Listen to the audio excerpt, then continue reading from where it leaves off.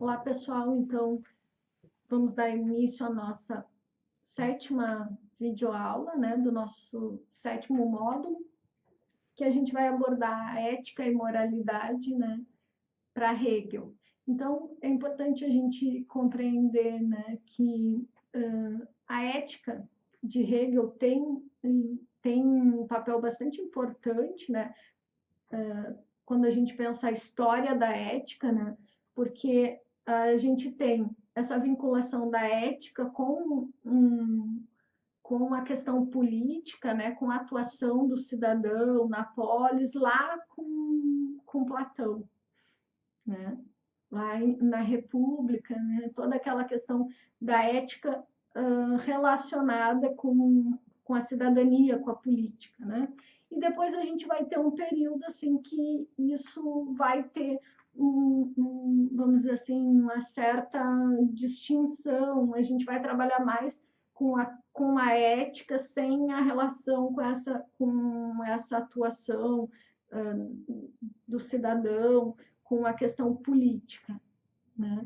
E com Hegel isso vamos dizer assim, vem à tona novamente, é retomado, vai ser priorizado. Então, a gente vai falar um pouco acerca da ética, primeiramente dessa questão do conceito, né, de ética e moralidade para Hegel, e depois a gente vai ver como, né, se dá principalmente a crítica de Hegel à ética deontológica, né, de Kant, que vocês puderam acompanhar no módulo anterior, que a professora Flávia, né, expôs, então, como se dá a questão da ética para Kant, né? Então, a gente vai ter essa crítica do Hegel ao Kant, né? E também como ele elabora, então, essa proposta dele, né?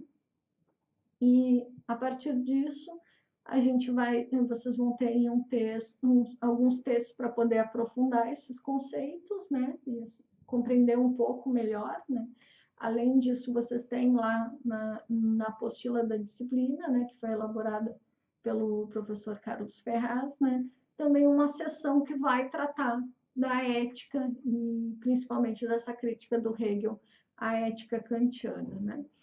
E é importante que a gente compreenda, né, que toda essa abordagem que a gente faz dentro da disciplina, nessas videoaulas, né, são apenas algumas ideias, né, alguns conceitos centrais, que o importante mesmo é que vocês, quando tiverem a oportunidade, né, de preferência já estejam fazendo isso, comecem a ler as obras dos filósofos, né, dado o nosso tempo e as condições, né, por conta que muitas obras já estão esgotadas, né, a gente não tem essa disponibilidade de estar colocando, nem podemos colocar as obras, né, no Canvas, mas vocês têm aí outras formas, né, de acessar essas obras, né, a gente sabe que tem muitas obras que estão integralmente disponíveis na internet, né, basta vocês procurarem. Além disso, a gente tem algumas obras, né, nas bibliotecas dos polos, então,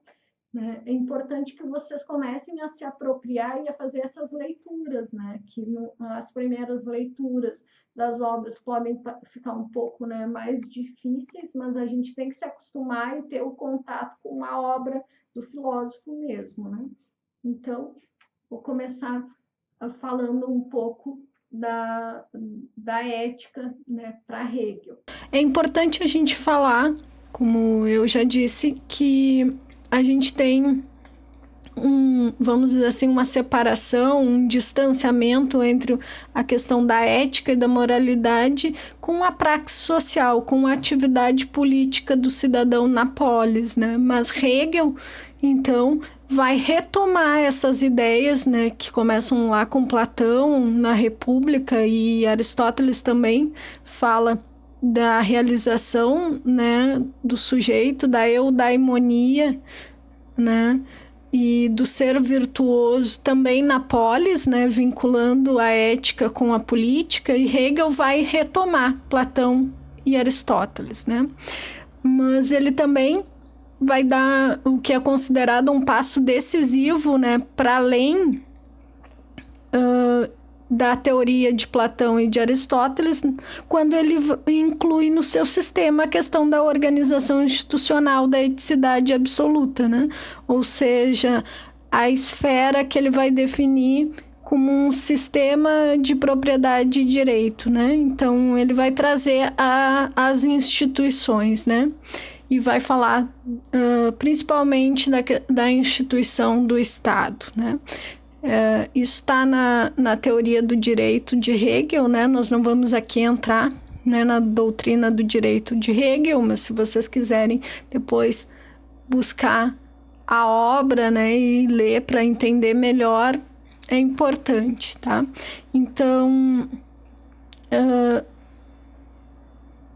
essa teoria que o Hegel formula, né, essa teoria ética, ela pode ser chamada, e é chamada por muitos comentadores, né, de contextualista.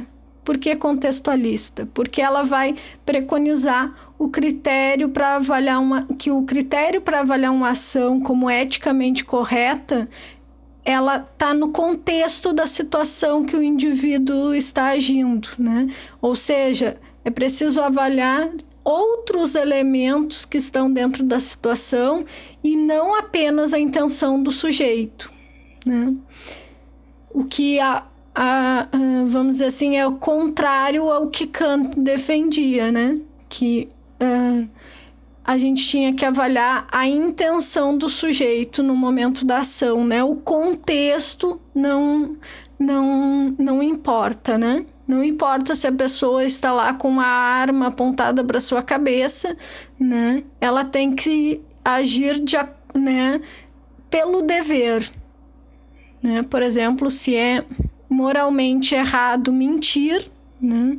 Mesmo que alguém esteja com a arma apontada para sua cabeça, segundo Kant, ele tem a obrigação moral de dizer a verdade, mesmo que isso implique na sua morte, né? Já Hegel vai dizer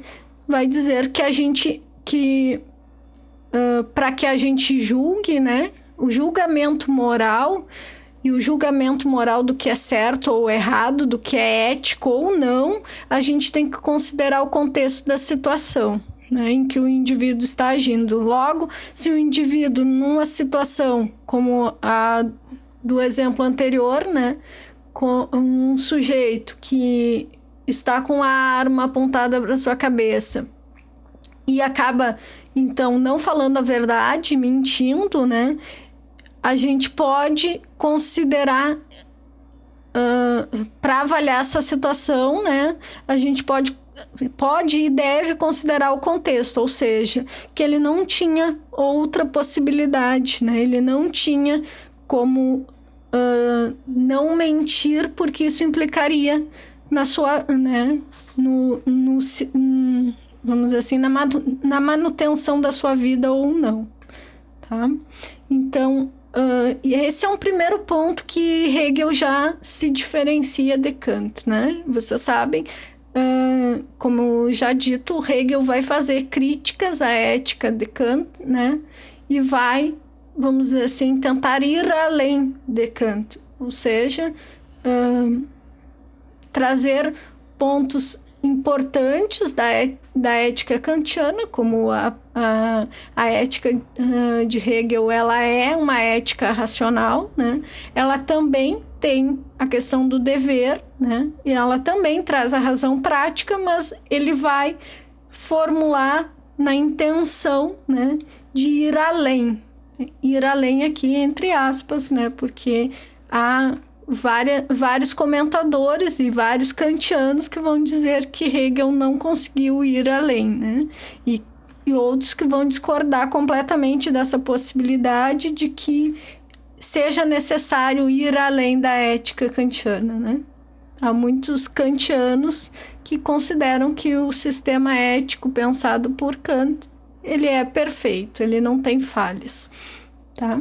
Então, na ética de Hegel também é importante verificar as consequências da ação, né? Além de levar em conta o contexto em que o indivíduo está agindo, né? E não apenas a sua intenção quando age, para avaliar se uma ação é moralmente correta ou não, eticamente correta ou não, né?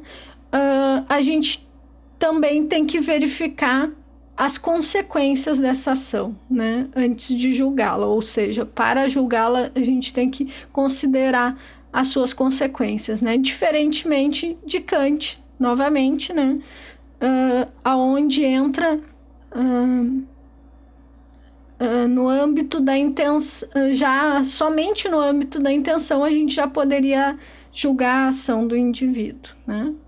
Então, lembrando que para Kant, né, nós devemos agir pelo dever, né, e somente pelo dever. Então, né, basta a nossa intenção, né, se a gente está agindo pelo dever, mas para nos, vamos dizer assim, para ter um melhor resultado, bom, então já é moralmente errado para Kant, né? A gente só pode agir moralmente pelo dever e somente pelo dever, é o dever pelo dever, né? Não tem que ter outras intenções, outros, vamos dizer assim, benefícios, outros motivos, né? O móvel da ação é o próprio dever, né? Ou seja, o que mobiliza a nossa ação. Para Kant é o dever, né? Tem que ser somente o dever.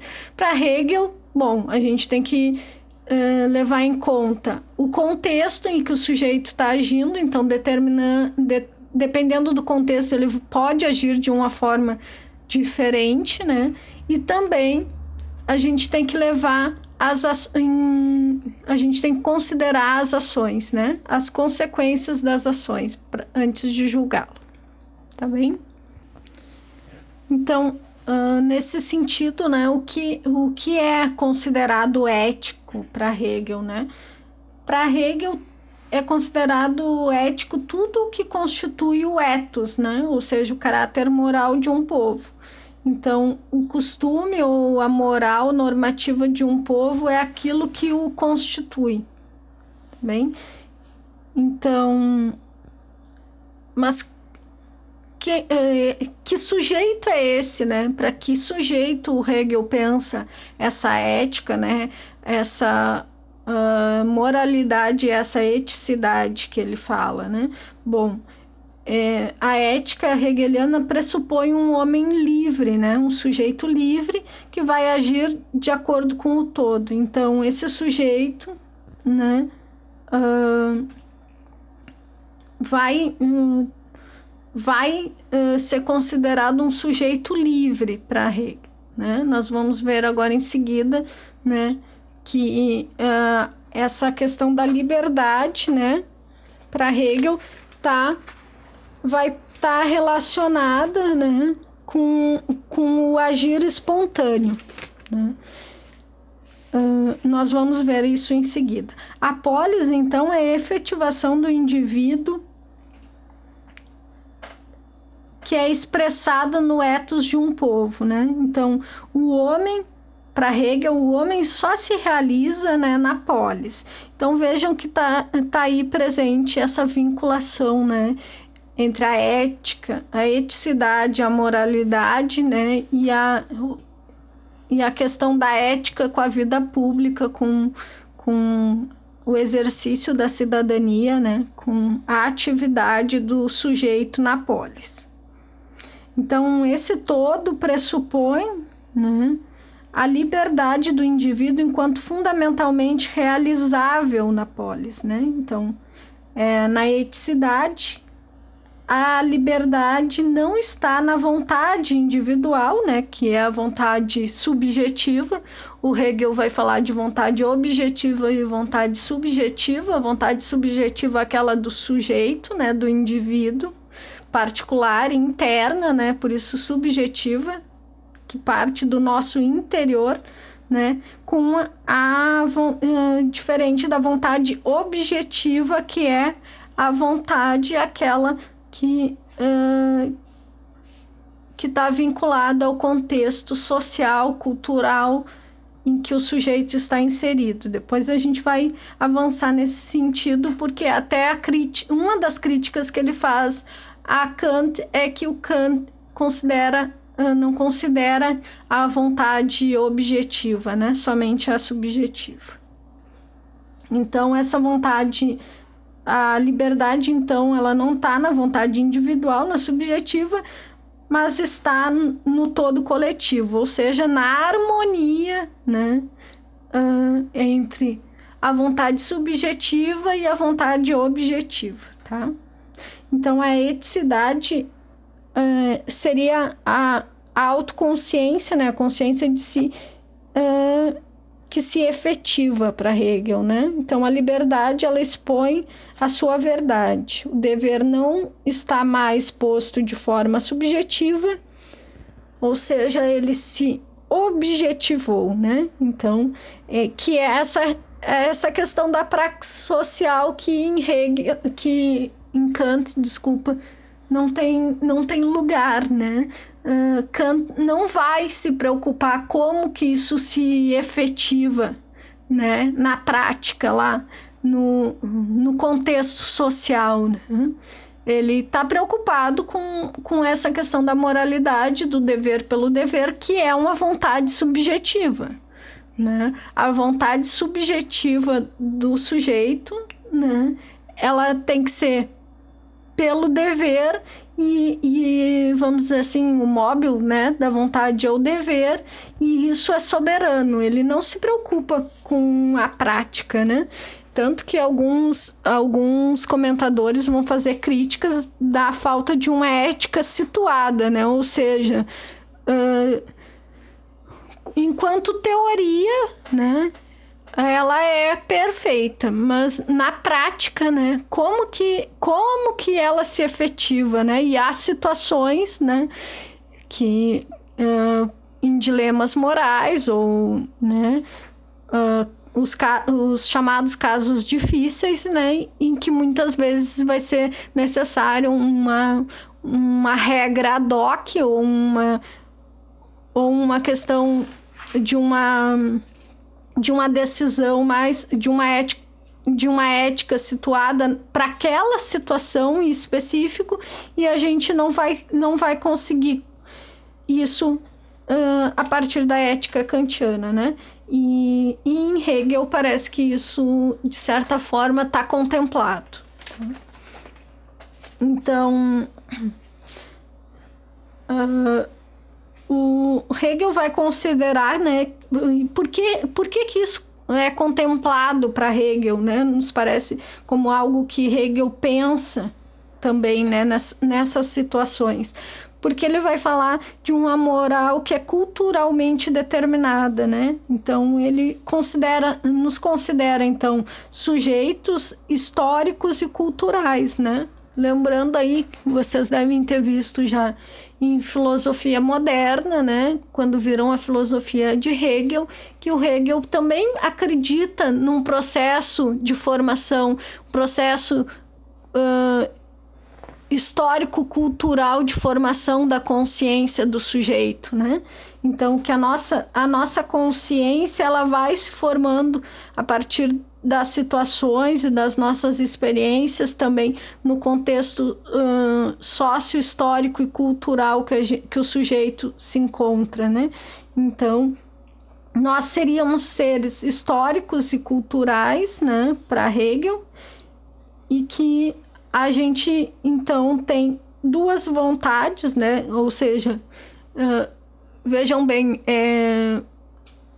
seriam duas faces, vamos dizer assim, ou duas interfaces de uma mesma vontade, né?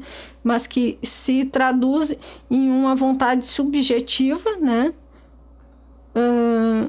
Que ou seja, que o indivíduo age enquanto indivíduo, de acordo com o que ele deseja, né?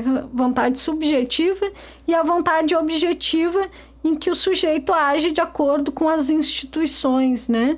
Ou seja, de acordo com a cultura, com a sua visão de mundo, tá? Então, nesse contexto, né, de uma vontade objetiva, a gente teria os conteúdos, os fins, os valores, as normas de uma moral, né? Para Hegel, eles não são impessoais, né? Aliás, eles são impessoais, né? Eles não são pessoais. Eles são impessoais, coletivos e públicos, tá? esse seria pensar esses conteúdos, esses fins, esses valores, essas normas, né, como impessoais, coletivos e públicos, é que nos garantiria, justamente por serem impessoais, coletivos e públicos, que nos garantem um modelo de sociedade, né? Um mesmo modelo de sociedade. Por exemplo, se a gente pensa na sociedade atual que a gente vive, a gente tem uma grande parte da sociedade, se não a maioria, que considera, né, tirar a vida de outra pessoa, matar alguém como algo, né, que não é moralmente bom, né? É algo moralmente errado. Esse seria um exemplo, né? Então, isso seria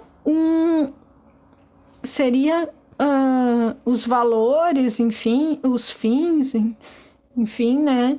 As normas de uma moral que é coletiva, ela não é individual, ela não é pessoal, né? Ela é, no contexto, a maioria, né, ou a grande maioria dessa sociedade considera isso errado, moralmente errado, tá? E a gente teria vários outros exemplos, né?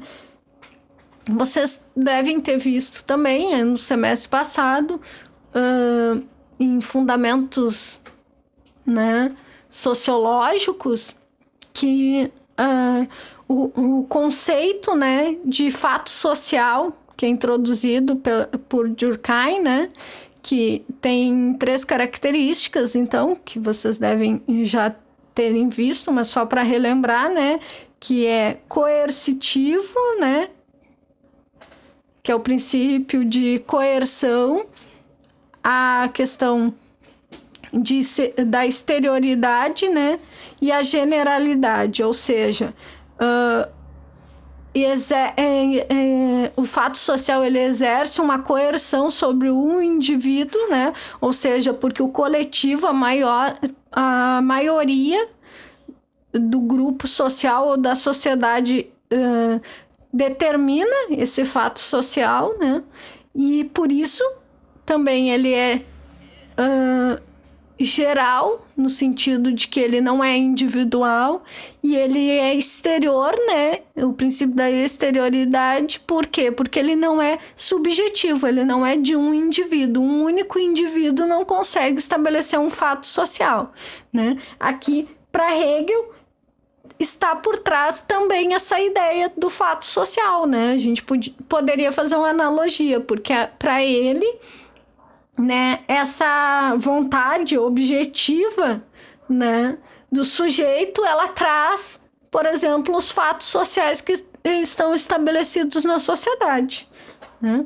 Então, essa moralidade, ela vem das instituições, né? Ela se dá através das instituições que compõem o conjunto, o corpo social, né? Quais instituições? Família, né? As religiões, né? As instituições religiosas e a escola. Então, vejam que provavelmente vocês tenham visto isso já lá em sociologia, né? Que são os processos primários de socialização do sujeito, né, do indivíduo, se dão através de quais instituições? Da família, das instituições religiosas e da escola, né? Então, elas são as responsáveis por formar o sujeito, né? Ou seja, de educar os sujeitos para que eles obedeçam os valores dessa sociedade na qual eles estão inseridos, né? Ou seja, eles formam, eles educam, essas instituições formam, educam os sujeitos para essa vontade objetiva, ou seja, para agir de acordo com a moral, com o sistema moral que está estabelecido, né? Então, a vida ética, né, para Hegel seria o quê? Seria viver de acordo com essa vontade objetiva, que é a, né, vontade coletiva, e a vontade subjetiva individual em harmonia, ou seja, a gente teria uma vida ética quando há um acordo, né, uma harmonia entre a vontade subjetiva, que é a vontade individual do sujeito, com a vontade objetiva, ou seja, a vontade coletiva, né? E dentro dessa harmonia, desse acordo, nessa vida ética, né, o sujeito age espontaneamente. E se ele age espontaneamente, né, harmoniosamente, com a sua vontade subjetiva e a sua vontade objetiva, ele é livre. O sujeito que age espontaneamente, para Hegel, ele é um sujeito livre, né? Ou seja, ele faz o que a sua vontade deseja, né? E o que é fazer o que a vontade deseja nada mais é do que agir de acordo com o dever, tá? Para Hegel, né? Então, ser ético é seguir as regras morais culturais, né? Aquelas que estão estabelecidas na sociedade, né? É agindo de acordo com as regras morais, né? Quando há essa harmonia entre a vontade subjetiva e a vontade objetiva do sujeito, que se dá essa vida ética, é que a sociedade se sustenta, né? Agora, pode haver, né, um momento que é chamado momento que a moral passa pela questão do declínio, né, o declínio moral ou a contestação, quando a sociedade entra em crise, em que a gente vai ter esse sujeito, né, que daqui a pouco não vai conseguir essa harmonia, esse acordo entre a sua vontade subjetiva e a sua vontade objetiva. Então ele passa a contestar a moral vigente, a contestar essas coisas que estão postas, né? Então a vontade subjetiva individual, ela vai contestar, ela vai ser transgressora, ela vai transgredir, né, a vontade objetiva, aquela vontade da maioria, do coletivo, né, que tá posta na sociedade. Um exemplo que a gente poderia trazer aí para vocês compreenderem é o exemplo, né, da Reforma Protestante. Né? A gente teve um grupo de indivíduos, né, um grupo de sujeitos que começou a contestar, né, a vontade objetiva, ou seja, a moral que estava posta, né? Esse é um exemplo. A gente poderia trazer, por exemplo, as sufragistas, né, que é o movimento das mulheres, o movimento feminista pelo voto, pelo direito ao voto, que também vão contestar né, o que está posto, as normas, as regras morais que estão postas na sociedade. A gente hoje poderia trazer também, no nosso contexto atual, né, aí as discussões acerca da legalização ou não do aborto, né? A gente tem aí o grupo a gente tem uma moral vigente, né? Na nossa sociedade, em que provavelmente, né, por se tratar de uma moral que tem as suas raízes, né, os seus matizes na moral cristã, e daí, por ser considerado um país cristão, a maioria das pessoas provavelmente é contra o aborto. E daí não estou falando da legalização do aborto, estou falando contra o ato de abortar. Então, por conta disso, a gente talvez tenha um grupo de pessoas que seja a favor não só da legalização, como do aborto, né? A gente sabe que tem o grupo que defende a legalização do aborto e tem o grupo que defende, além da legalização, o ato de abortar. Então, esse grupo que defende o ato de abortar, né, está tentando transgredir, né, a vontade objetiva que está posta, né? Independente aí, não vamos entrar no mérito se está correto ou não está correto, para a moral vigente, talvez na sua maioria esteja incorreto, né? Seja moralmente errado abortar. e a gente tem um grupo de pessoas, né, que está tentando transgredir isso. Pode ser que essas transgressões resultem numa outra moral diferente da que a gente tem, né? Então, é um momento que a sociedade passa pela crise, né?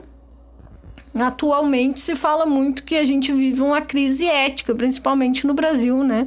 Uma crise ética, uma crise de valores, né? Então, pode ser um momento em que a sociedade está... Aí os sujeitos estão em crise entre a sua vontade subjetiva individual com a vontade objetiva, né, que é a cultural, ou seja, os sujeitos não estão aceitando essa vontade que está posta, que é a vontade objetiva, né? E quando isso acontece, né, um grupo de sujeitos que não aceita essa vontade objetiva, cultural que está posta, ela pode criar meios de se reproduzir, né?